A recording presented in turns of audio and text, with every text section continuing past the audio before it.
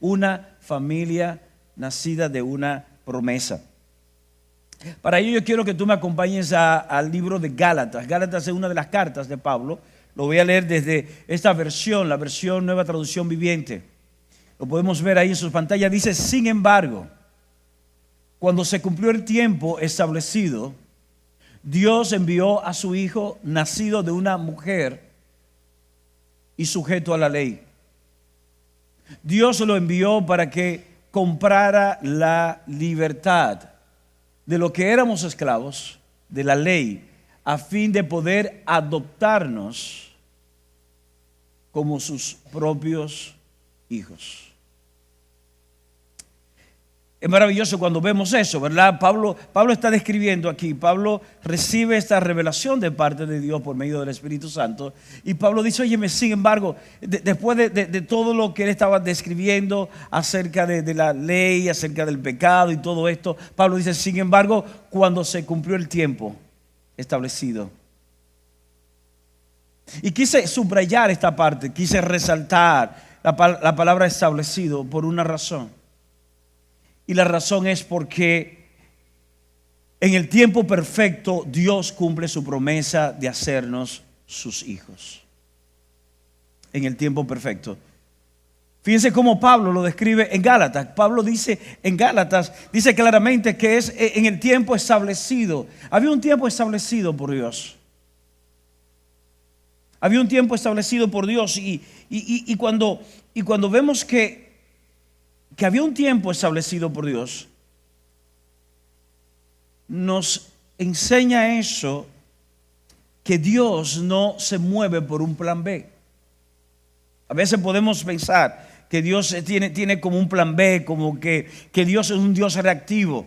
Por ejemplo, Dios hace así, crea al hombre a imagen y semejanza de él. Está Adán, está Eva, lo coloca en un lugar que conocemos como Edén, para que el hombre se multiplicase, el hombre fuese literalmente un reflejo de lo que es Dios aquí en la tierra.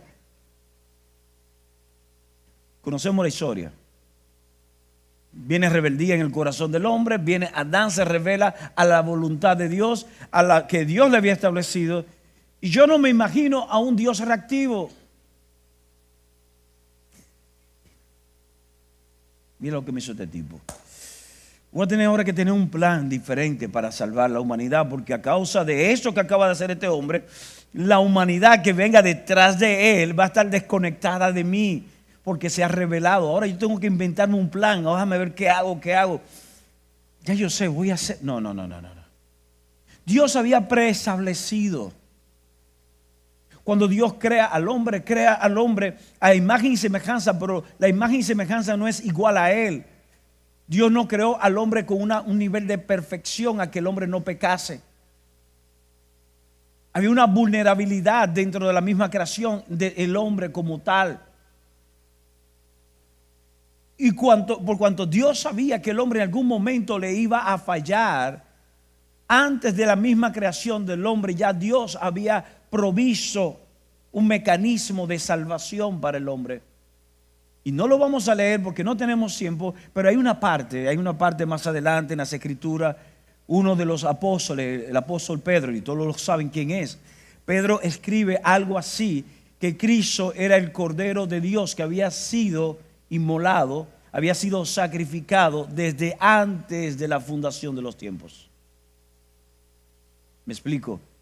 Desde antes de la fundación, antes de la creación de todas las cosas, ya Dios había preestablecido la muerte y sacrificio de Jesús. Tiene sentido. Entonces, cuando leemos este verso que dice que cuando se cumplió el tiempo establecido, Dios envió a su Hijo. Porque antes de la muerte y resurrección vino el momento del nacimiento de Jesús. El mundo está celebrando la Navidad y yo no estoy en contra de eso. Veo unas cuantas personas ahí vestidas de rojo, veo la mojiganguita esta que se pone en la cabeza y todo esto. Hoy tenemos un almuerzo navideño para todos ustedes, para todos nosotros, para celebrar como familia en la fe cuando terminemos el servicio y vamos a... Pero la Navidad es más que eso, ¿verdad? La Navidad es más que fiesta, más que comida, más que risas. Y no vamos a entrar en fechas, que si fue ahora, que si fue en junio, que si fue en mayo, que si fue en abril. No, el sentido es eso, que hubo un cumplimiento del tiempo. Y cuando vino ese cumplimiento, Dios hizo que Jesús naciese de mujer. Dice el verso acá que nació de mujer y sujeto a la ley.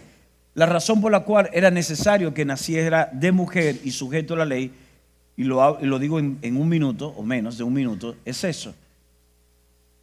Para redimir a la humanidad tenía que ser un hombre. Tenía que ser un hombre. Pero todos sabemos que todos los hombres somos pecadores. La forma de Dios resolver esta ecuación de justicia, pero también de santidad, era esa. Buscaré una mujer virgen que no haya tenido relación alguna con hombre alguno.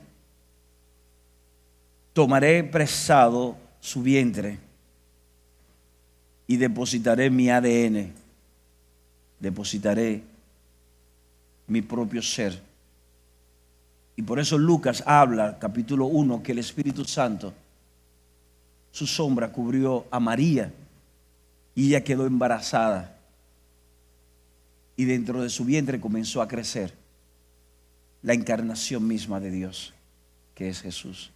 Ahí Dios ya resolvía el tema, por eso era necesario mujer y era necesario bajo la ley, porque Dios venía a liberarnos a nosotros de la condena que la ley establece, porque la paga del pecado es muerte.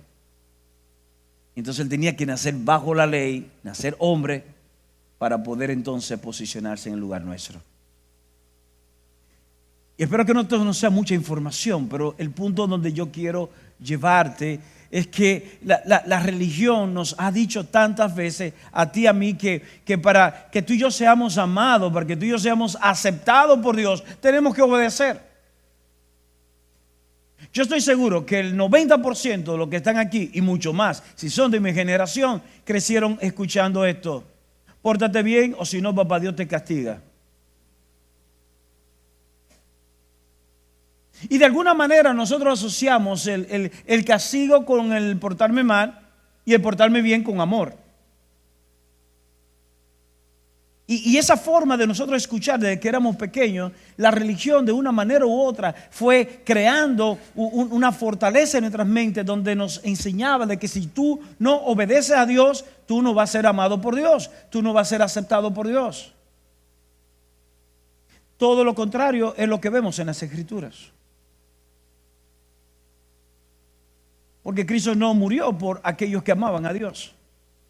Murió por toda la humanidad, por personas que, sí, los pecados o las acciones más depravadas o innombrables entre nosotros, por ellos también Cristo murió.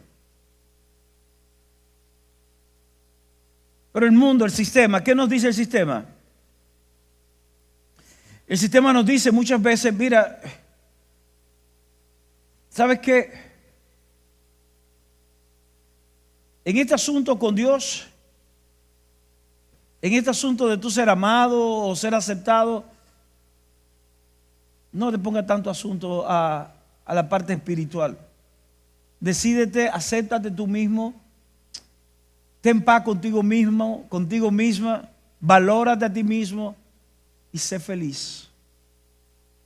Y yo quiero decirte, ese discurso funciona por un tiempo, pero tú y yo sabemos cuando estamos solos, cuando las luces se apagan, cuando nadie más está con nosotros, cuando tú y yo estamos solos, solo con nuestras frustraciones, solo con nuestro dolor, solo con nuestras experiencias que nos han marcado, tú y yo sabemos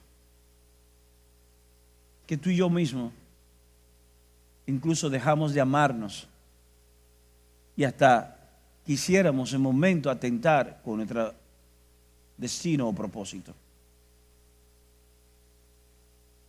Pero el Evangelio nos dice algo totalmente diferente. El Evangelio nos dice a nosotros, tú eres amado, tú eres aceptado, porque Dios así lo ha querido. Fíjate lo que dice la Escritura, porque te he amado, dice Dios, porque yo te he amado con un amor eterno. Por esa razón yo te he extendido, te he prolongado mi misericordia.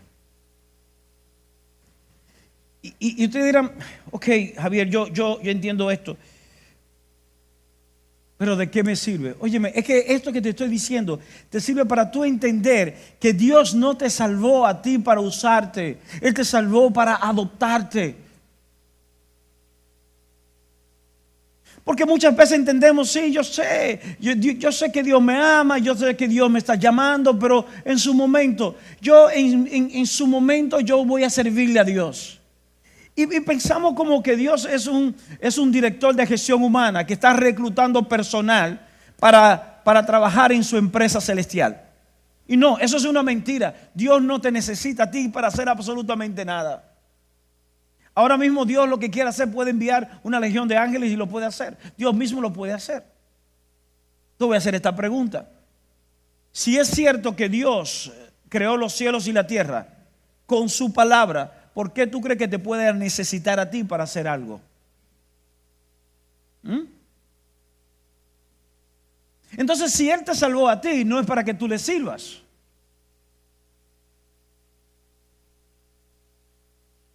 Bueno, Dios me salvó para que yo glorifique su nombre, porque Dios necesita que yo le glorifique, que yo le honre. No, Dios no necesita que tú le glorifiques. Ciertamente parte de nuestro propósito es darle gloria y honra a Él, pero Dios no te salvó para que tú le glorifiques, para que tú le honres. Dios no es un ególatra que necesita escuchar alabanza y gloria a Él.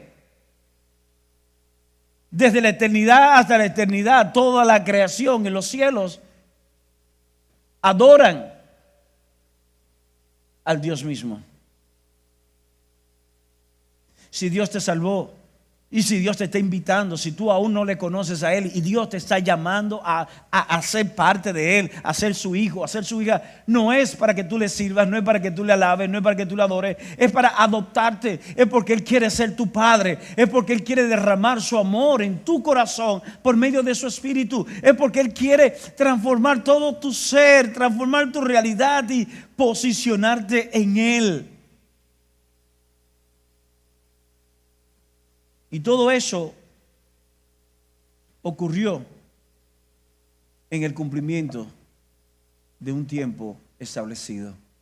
Dice, Dios lo envió, la segunda parte, el verso 5 dice, Dios se lo envió para que comprara la libertad de los que éramos esclavos de la ley a fin de poder, ¿qué? Adoptarnos. Adoptarnos como sus propios hijos. El esclavo vive bajo temor. El esclavo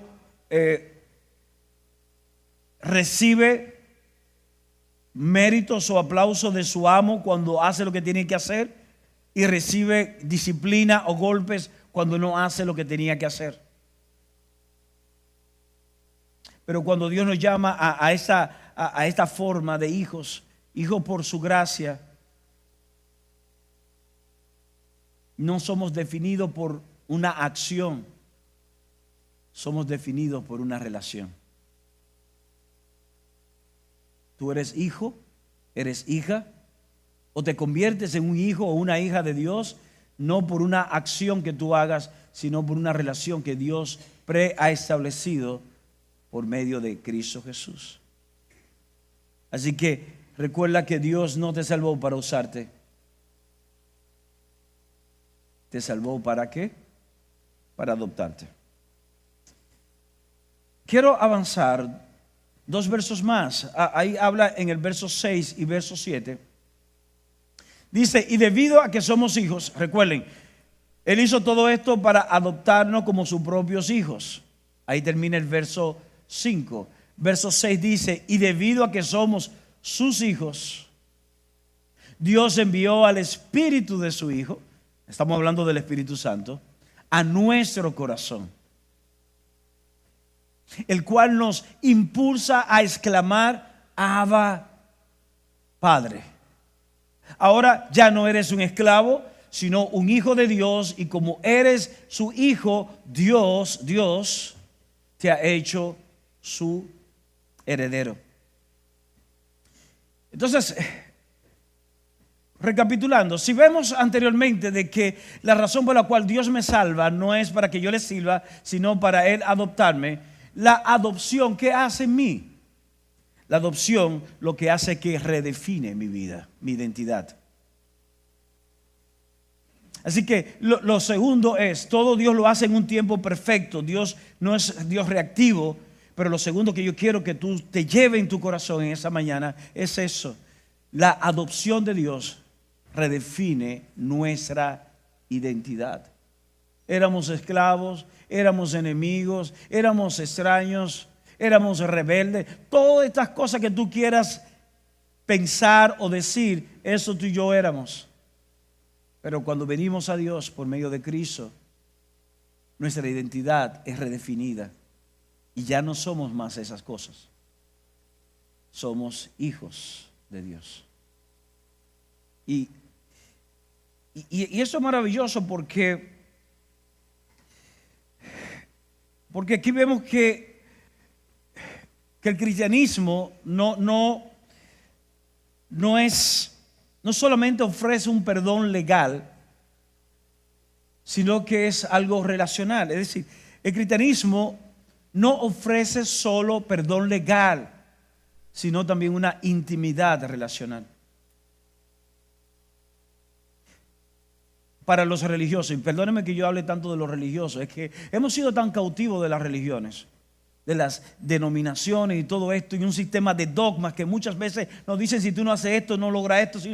Óyeme, pero Dios no es eso.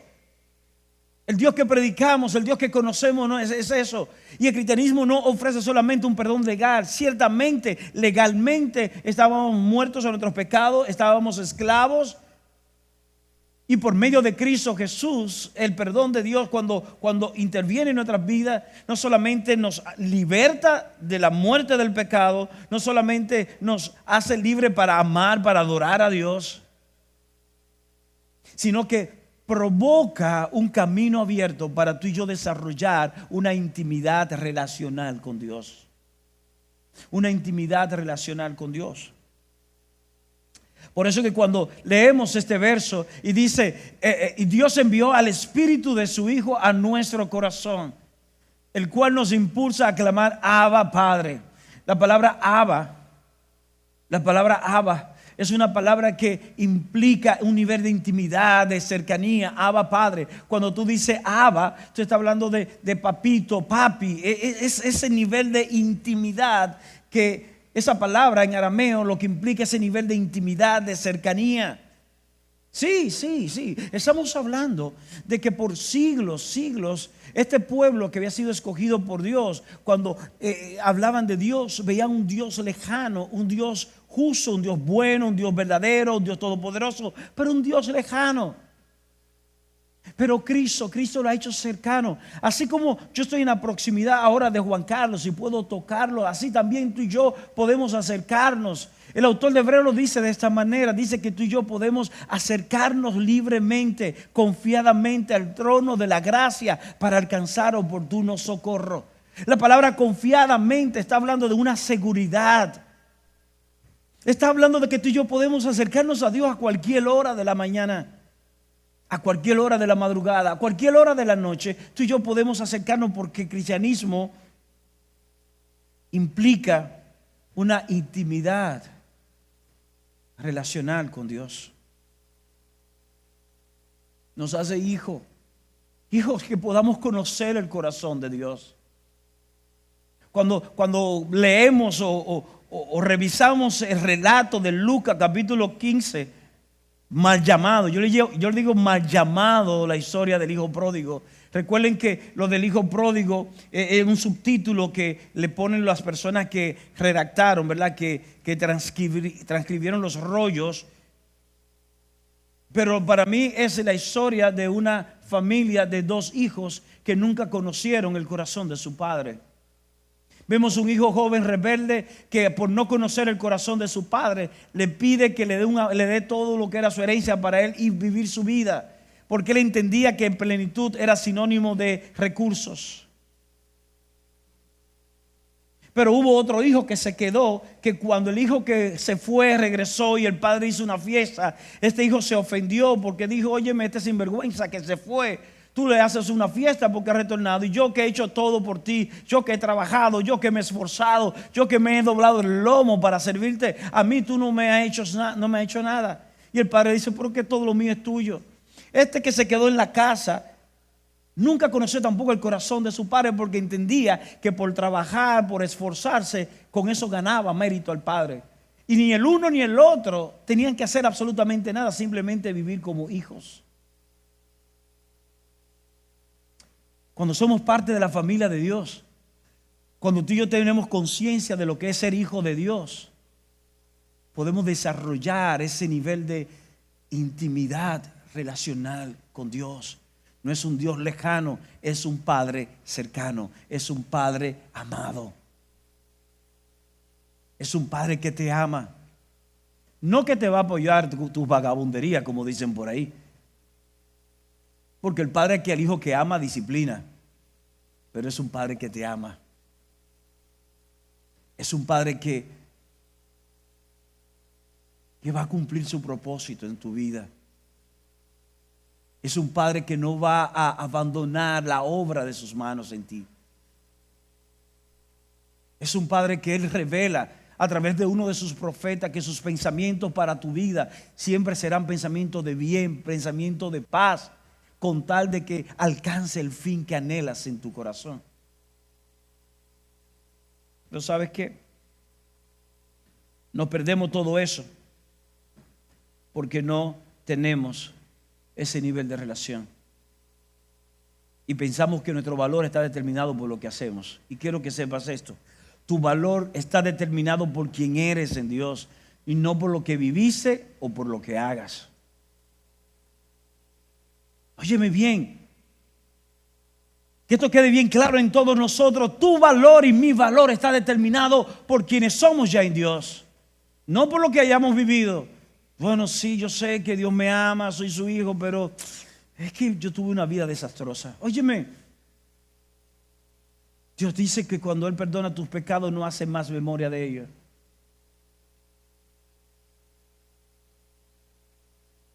No, yo voy a hacer cosas para que Dios me ame más. Óyeme bien, Dios no te va a amar más o menos por lo que tú hagas. Te lo digo de esta manera.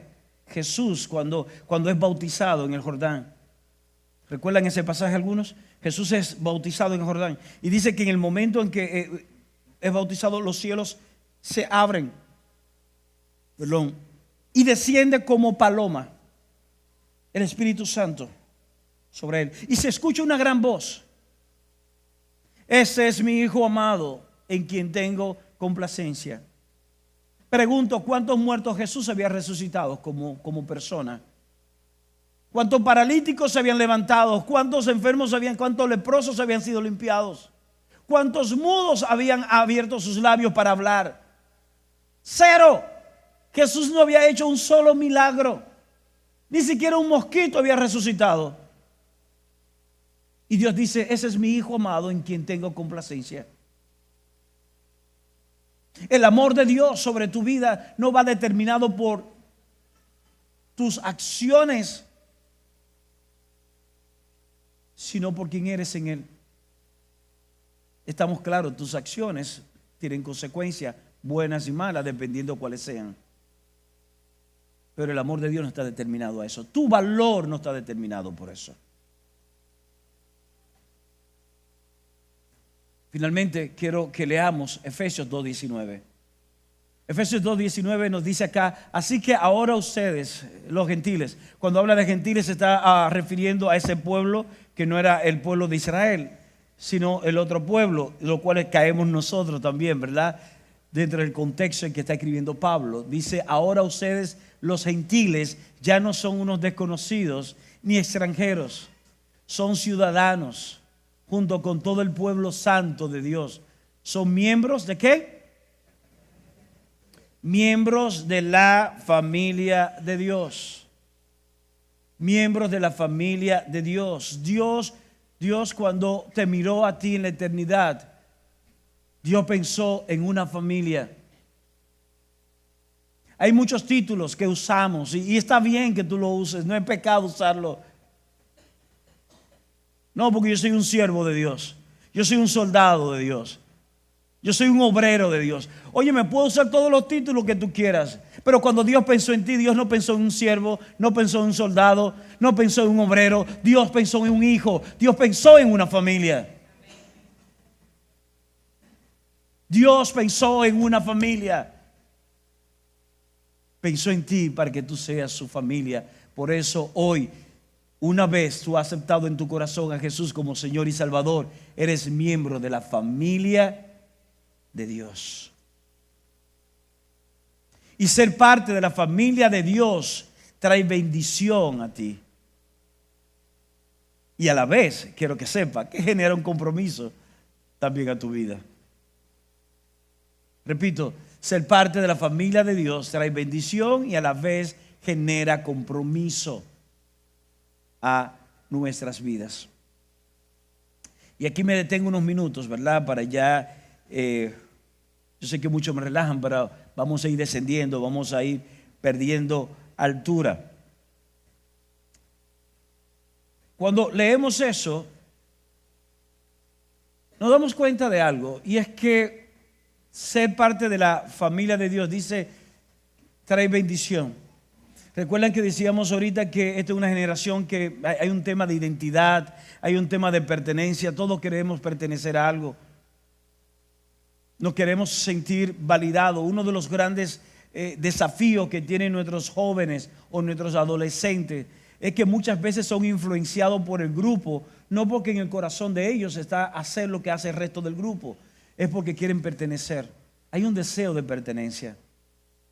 Cuando tú eres parte de la familia de Dios, ese deseo de pertenencia es satisfecho y eso es una bendición. Y cada iglesia, cada casa de fe, Vida Abundante es un segmento de la familia de Dios. Está la familia global de Dios.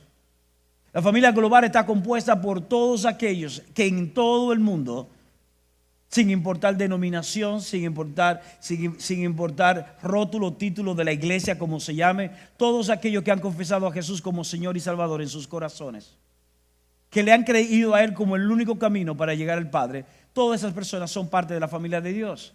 Pero esas familias tienen, así como tu familia tiene un apartamento, una casa donde ustedes viven, cada familia tiene un lugar. Esta es una parte, un segmento de la familia de Dios. Por eso usamos el término no de iglesia tanto. Me escuchan decir muchas veces nuestra casa de fe, porque visualizamos esto como una casa y cada uno de nosotros como una familia, como parte de esa familia. El Evangelio no solamente reconcilia al individuo con Dios, sino que reconcilia a personas entre sí. No tenemos tiempo.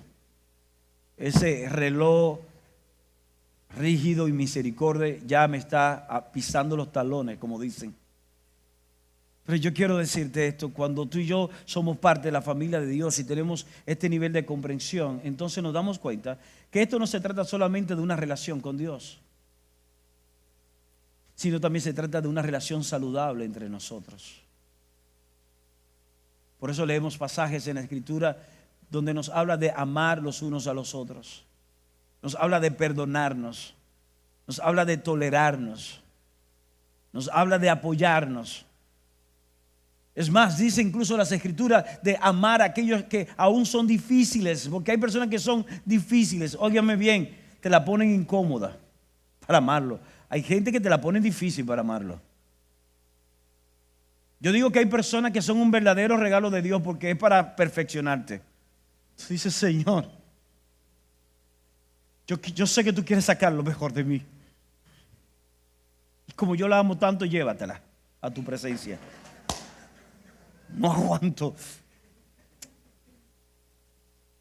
Pero de eso se trata. De eso se trata, ser parte de la familia de Dios. Por eso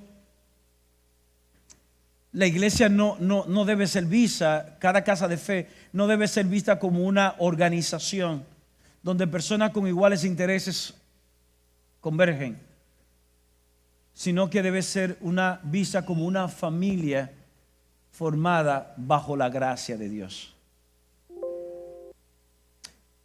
Yo quiero quitar esa imagen que algunos quizás tienen todavía. No, porque es que, mira, no te preocupes, es que él te hizo esto o ella te hizo tal cosa. Recuerda que la iglesia es como un hospital y vienen personas enfermas y todo esto.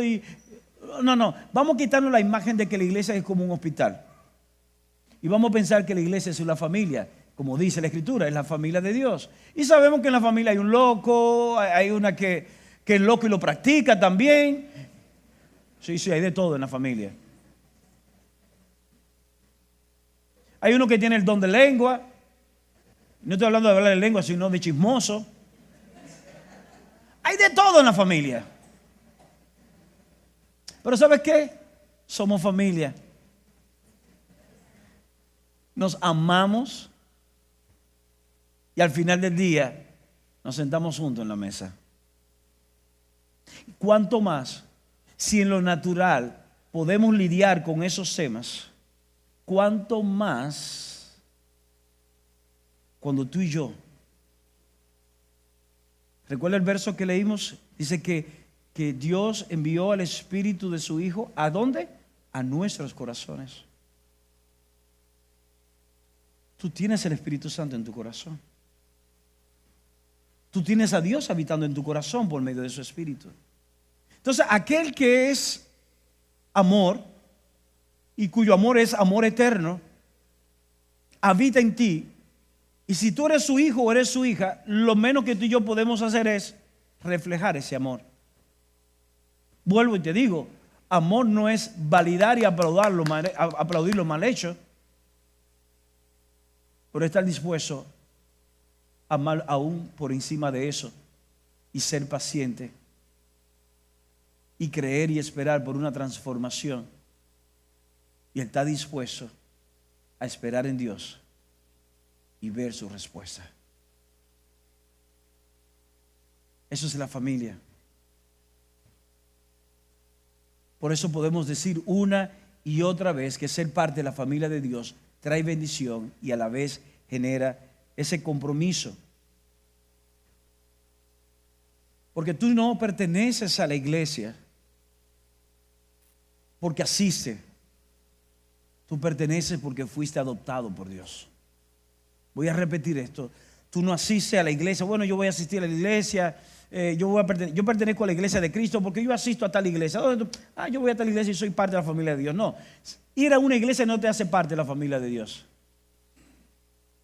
Ser parte de la familia de Dios es cuando tú aceptas la adopción de Dios.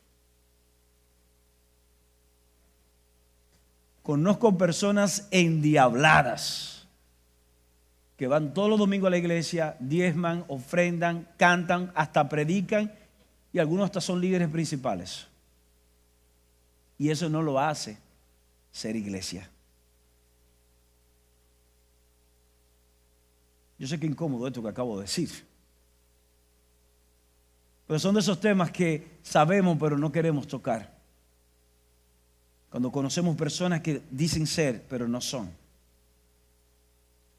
Pero lo que hace que tú seas, no es porque asistas, no es porque des, no es porque hagas, sino porque fuiste adoptado, adoptada por Dios. Como un hijo, como una hija. Y como hijo o hija, entonces tu vida comienza a ser transformada. Y tú comienzas a reflejar el corazón de tu Padre.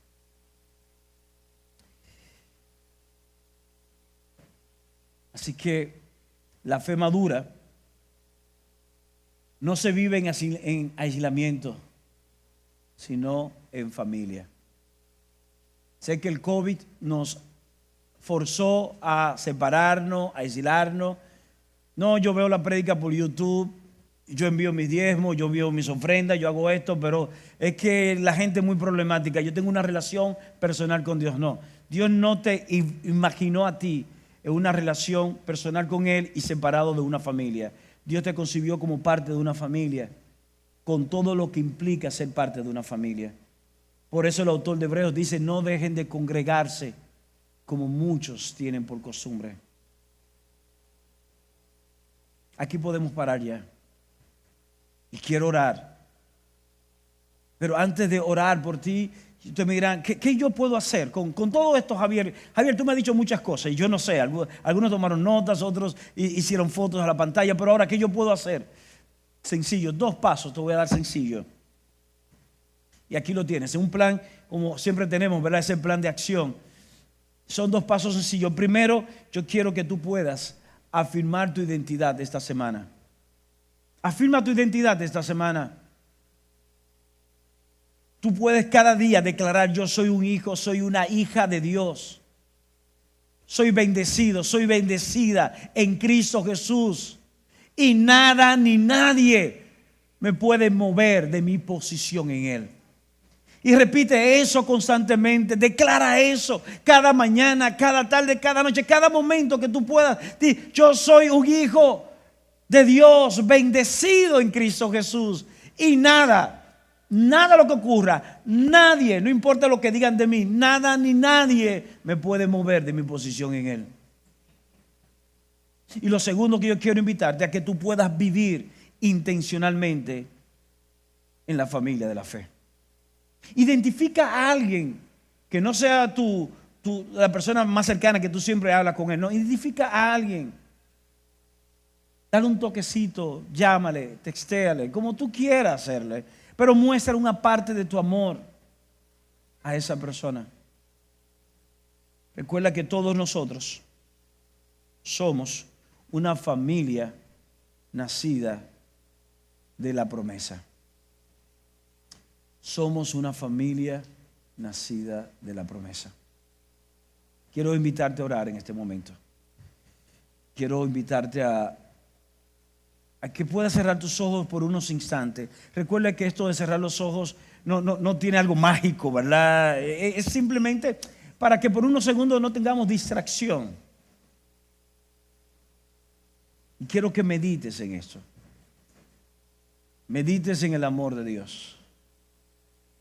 Medites en que Dios se ha amado sin importar lo que hayas vivido o lo que estés viviendo hoy día. Y que Él ha escogido adoptarte en su familia para que sea su hijo, sea su hija. Para que pueda ser heredero, heredera de las bendiciones en el reino de los cielos. De que no tengas necesidad de buscar validación. De que la dopamina se dispare cuando tú veas que las personas te aplauden o dan likes a un post que subiste. Sino que tu valor está determinado por el amor de Dios en ti. Padre, en el nombre de Jesús, te doy gracias, Señor, en este momento.